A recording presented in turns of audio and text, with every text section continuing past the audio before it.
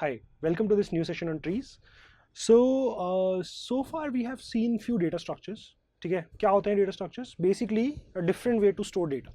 ठीक है, हमने बहुत सारे तरीके अभी तक हमने, जैसे फॉर एग्जाम्पल हमने एरेज देखा, लिंक लिस्ट देखा, फिर हमने स्टैक्स एंड क्यूज देखा. So these are different ways we are storing data.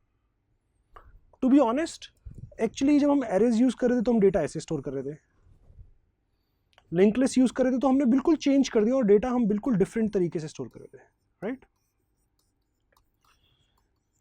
When you're using stacks,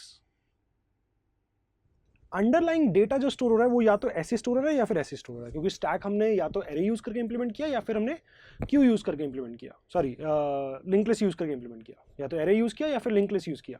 so underlying data तो अभी भी एरे या लिंक लिस्ट में ही स्टोर होता है. Same thing goes with queue as well. So stack use करने का ये फायदा है कि वो हमारे लिए कुछ फंक्शंस बहुत फास्ट कर देता है, कुछ ऑपरेशंस हमारे लिए वो बहुत फास्ट कर देता है. सिमिलरली क्यू यूज करने का ये फायदा है कि वो हमारे लिए कुछ फंक्शंस बहुत ही फास्ट कर देता है. बट अंडरलाइंग डेटा स्टैक के अंदर और क्यू के अंदर कोई नए तरीके से स्टोर नहीं हो रहा है, वो बिल्कुल वैसे ही हो रहे हैं जैसे हमने पहले देखे हुए हैं, या तो एरे में या फिर लिंक लिस्ट में. So you can say there are two type of data structures. One type is which changes how data is stored in memory. Right? These are like main data structures जिसके ऊपर we can build or more data structures, but basic memory में data कैसे store होगा वो इस data structure से define होता है. For example, array and linked list are two example of this. Then you have some data structures like stacks and queues, which basically is just a layer above a basic data structure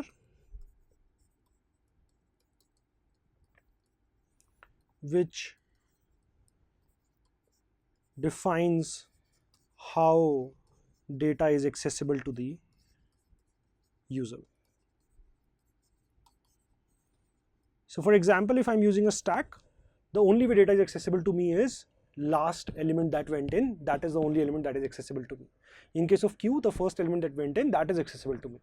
So queue के अंदर data तो हम array या link list की तरह ही store कर रहे हैं, इट्स जस्ट दैट चीज़ें हम डिफरेंट तरीके से एक्सेस दे रहे हैं. स्टैक के केस में हम डिफरेंट तरीके से एक्सेस दे रहे हैं एंड क्यू के केस में हम बहुत डिफरेंट तरीके से एक्सेस दे रहे हैं.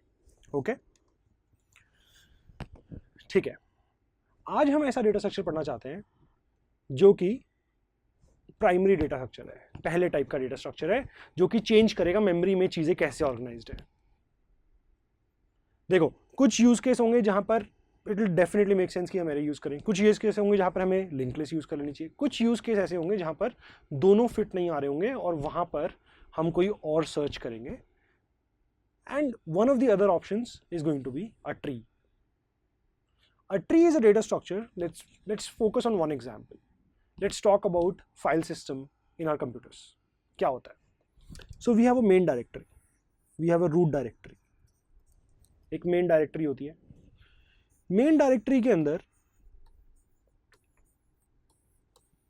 बहुत सारी और files होती है. Some of these files are directories. ठीक है? कुछ directories हैं. कुछ individual files हैं. Now each of these directories can have more files and more directories in them. इनके अंदर और फाइल्स और डायरेक्टरीज हो सकती हैं. फाइल्स के अंदर नहीं होंगी, फाइल्स तो बस यहाँ पे खत्म हो गई. एक फाइल के अंदर और फाइल थोड़ी होती है, डायरेक्टरी के अंदर और डायरेक्टरीज हो सकती है. So this is for example a valid structure for a file system. क्या हो रहा है?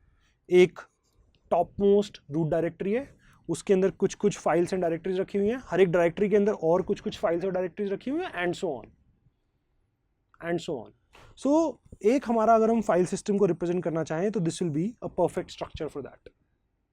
Similarly, let's try to make a organisation structure of a company. Generally एक कंपनी के अंदर ये स्ट्रक्चर होता है. You will have the CEO, then you will have few more people which are reporting to CEO. For example, the CTO, you might have a business officer, you might have a marketing officer, and so on. And each of these people will have few more people. Some of them might not have anybody reporting to them, they might be individual contributor.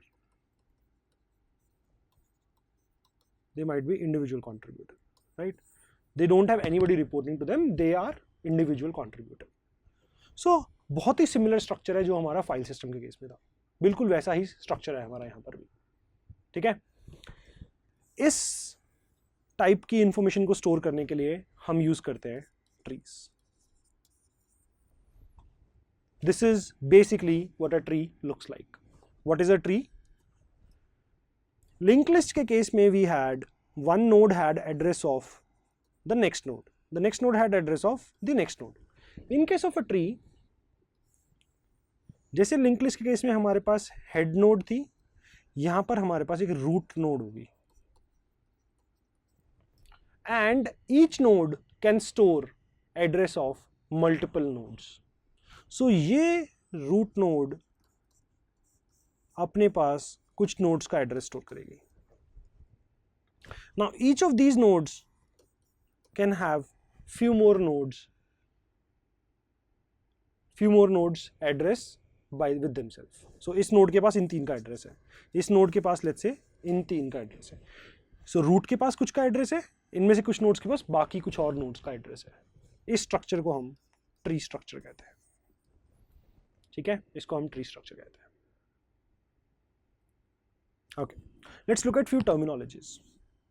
This will be root node, याद रखना है इसको, ये हमारी root node है। एक node के directly नीचे जो नोड्स होती हैं वो उस नोड की चिल्ड्रन होते हैं। ठीक है, नाम दे देता हूं मैं इन सब नोड्स को।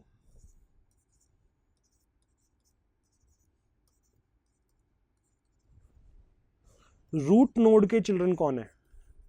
ए B C D.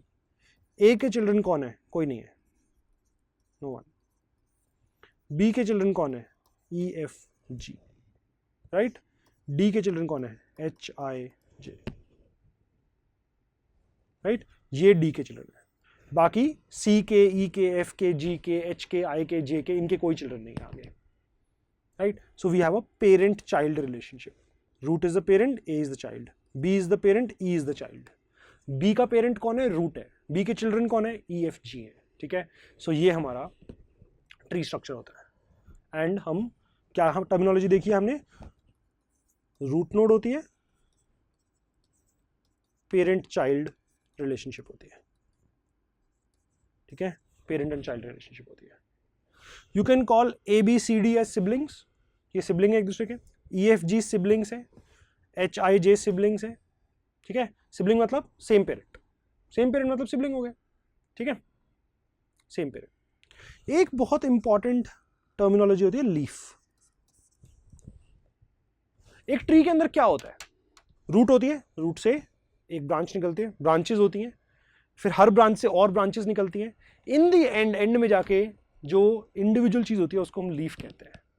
Similarly a node which does not have any child is the end node, right? It's kind of end node, similar to a leaf. We call them a leaf. A node with no child, that's what we call a leaf.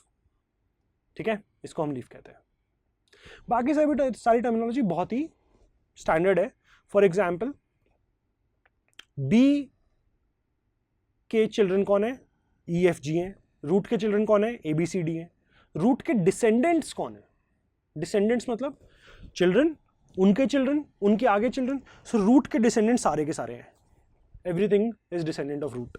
मान लो ई के नीचे एक और node होती के, तो B के डिसेंडेंट कौन कौन है? बी के descendant E F ji and के, चिल्ड्रन एंड उनके चिल्ड्रन आगे भी, वो सारे डिसेंडेंट्स हैं। ठीक है, सो बाकी सारी टर्मिनोलॉजी हमारी बहुत ही ऑब्वियस होगी, मेनली हमें ये टर्मिनोलॉजी समझ में आनी चाहिए, and that's what we call a tree.